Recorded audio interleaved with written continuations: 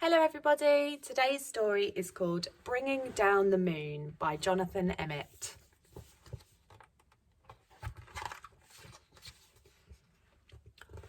Hot diggity, exclaimed Mole as he burrowed out of the ground one night.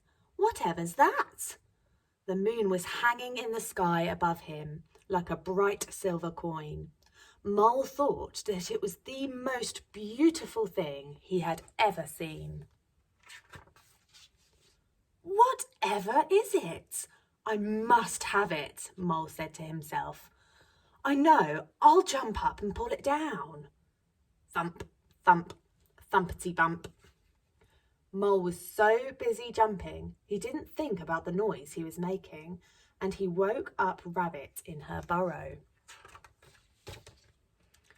Mole, said Rabbit, what on earth do you think you're doing?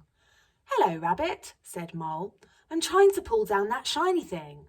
You mean the moon? Asked Rabbit. So that's what it's called, said Mole. You'll never do that, said Rabbit. It's not as near as it looks. But Mole would not give up. I know, he thought. I'll get a stick and poke it down. He found a long stick and poked it up at the moon. Swish, swish, swish-ty swish. Mole was so busy poking that he tripped over Hedgehog in his bed of leaves. Mole, grunted Hedgehog, what the weevil are you up to? Hello, Hedgehog, said Mole. I'm trying to poke down the moon. You'll never do that, said Hedgehog. It's not as near as it looks. But Mole would not give up. I know, he thought. I'll throw something at it and knock it down. He found some acorns and threw them at the moon. Blink, blink, blinkety blink. Ouch, said the squirrel. Mole, have you gone nuts?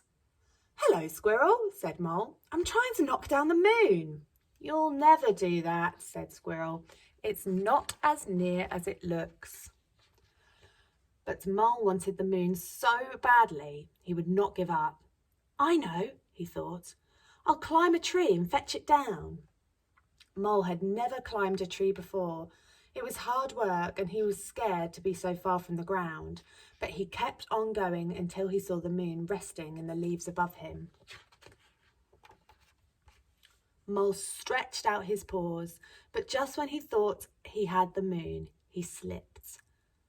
Oh, eek! Ouch! Oh! Mole tumbled down and landed splash in the middle of a puddle. Hot dang diggity drat, thought Mole. I almost had it that time. Then he noticed something floating in the puddle beside him. It was pale and wrinkled, but Mole recognised it at once. The moon, whispered Mole. It must have fallen down with me. He reached out to pick up the moon, but as soon as he touched it, it broke into pieces and vanished. Mole sat in the puddle and cried. Rabbit, Hedgehog and Squirrel came running up. Are you all right, Mole? Asked Rabbit. I'm all right, sobbed Mole. But the moon isn't. I pulled it down and then I broke it, and it was so beautiful, and now I shall never see it again. Oh, Mole, said Rabbit, you couldn't have pulled down the moon, and you couldn't have broken it, said Hedgehog. And you'll certainly see it again, said Squirrel. Look! High up in the sky above them, the moon was coming out from behind a cloud. Oh, whispered Mole, and it's just as beautiful as ever. Mole, Rabbit, Hedgehog and Squirrel stood up and stared at the moon together. It is beautiful, said Rabbit. Very beautiful, said Hedgehog. Very beautiful indeed, said Squirrel. Yes, said Mole, but it's not as near as it looks. The end. I hope you enjoyed the story. Bye.